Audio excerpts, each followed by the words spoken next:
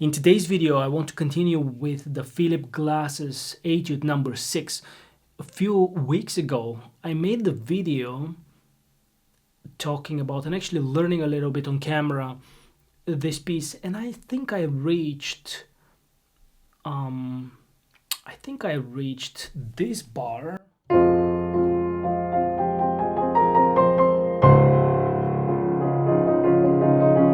And the piece, by the way, starts like this, for those of you who don't know the piece yet.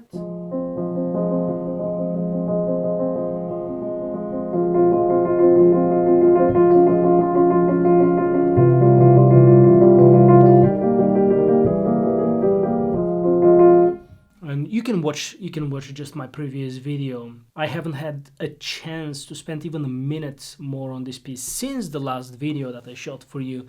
And finally today I thought, okay, let's continue with this section. So I think I finished, if I'm not mistaken, I finished the previous video with the triplets in the right hand against the 8 notes of the left hand.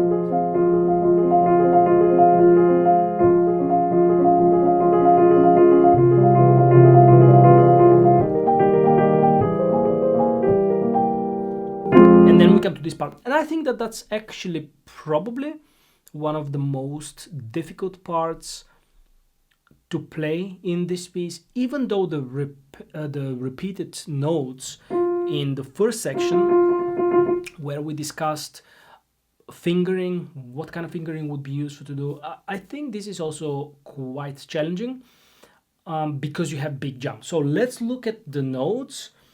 I know more or less what's happening.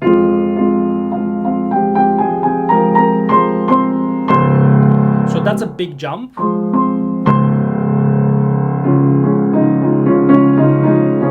Another jump.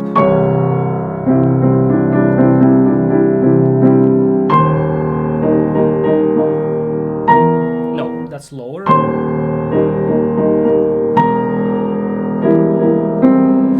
So this is going to be difficult because if you play, depending on how fast you play the piece.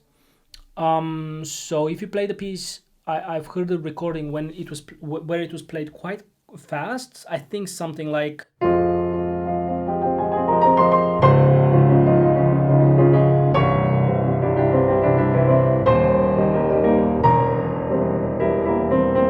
sorry, I don't know the notes, but in such a tempo, what will happen is you will need to practice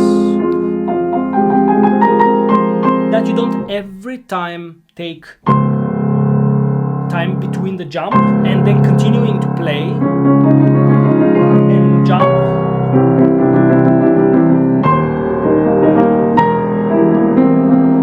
So it would be nice if it's possible that it's more or less on time. I think it's nice to have some kind of timing,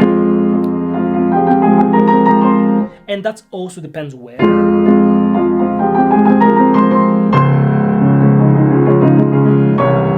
Like for example here, not to take the time without having a wrong note.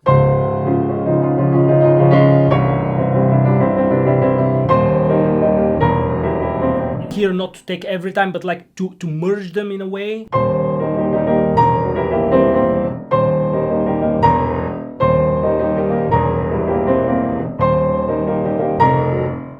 Without having wrong notes. Anyway, it's way too early to do that right now. It's just I get excited, and I think a lot of you, and what I see from experience with my own students, whenever we have a very exciting part of a piece, we tend to ignore everything we know about practice and we go and we just play it very quickly. So I'm going to now try to be an example and not do the opposite of what I teach my students. So we are going to take it easy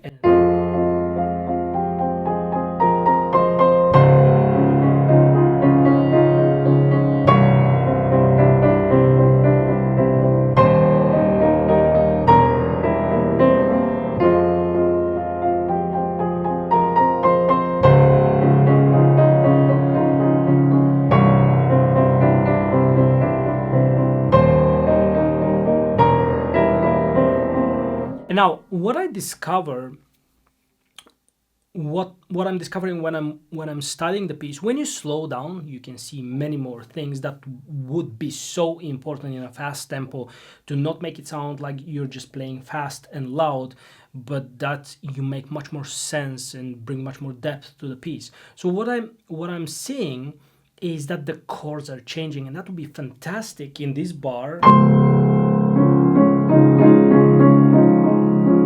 to have a little wave.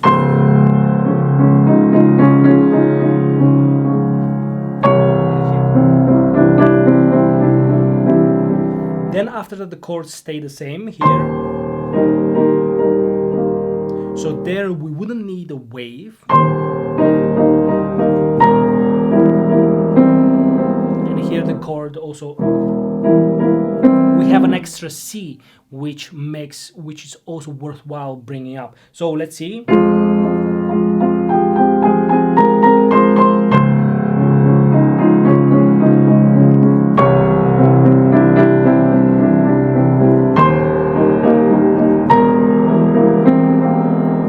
Extra C. So I find this to be very interesting.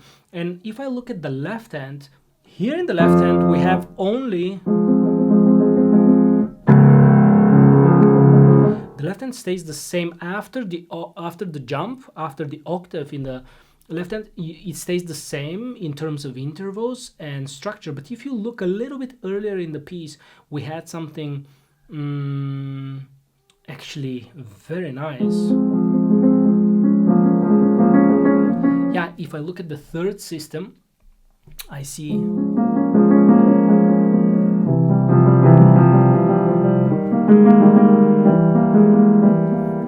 variety in the left hand. He's changing the inner voices, which is very interesting, and here he's keeping the same. He doesn't alternate. He keeps just...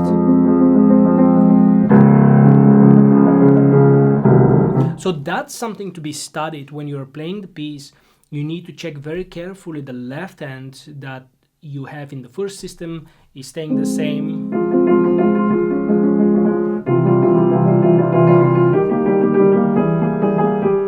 And here,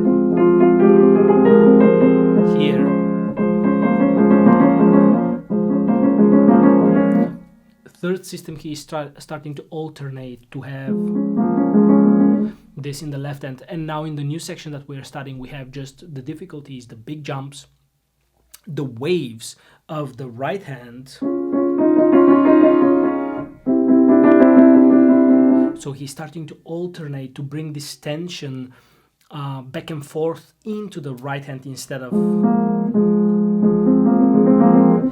in the left hand. So I find that to be something very, very interesting. One interesting part that's worth paying attention to is you need to hear that octave after the chord, because when you play it loud, you might miss the octave, and that would be a pity. We need to hear the beginning of the octaves. And also the first chord after the jump, we need to play this not too soft,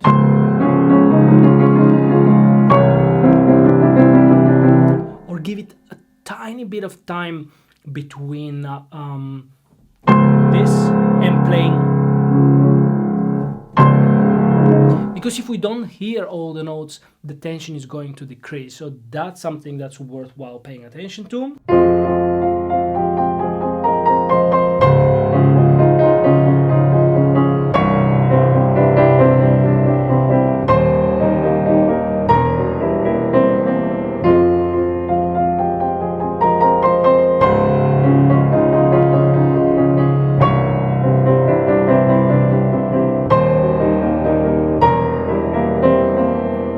Something interesting. After that, I think this would be it, because I think after that he repeats.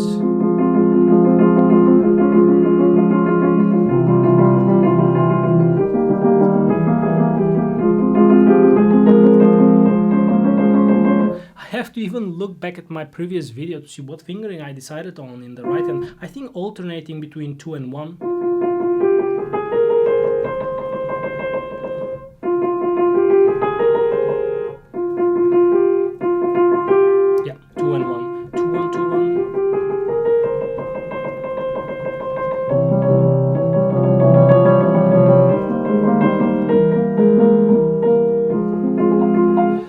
he changes the structure. So I think this will be it. Oh yeah, perhaps for one of my future videos it's worthwhile checking this system where he has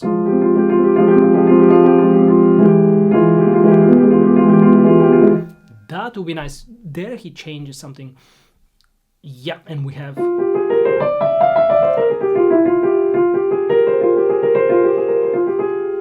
that will be nice for the next video.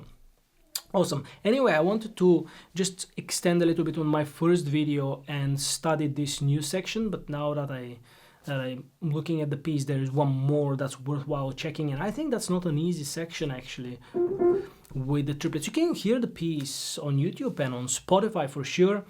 And if you have any questions about this piece, as always, feel free to let us know down in the comments below. Thank you so much for being here and watching this week's video, and we'll see you in the next one.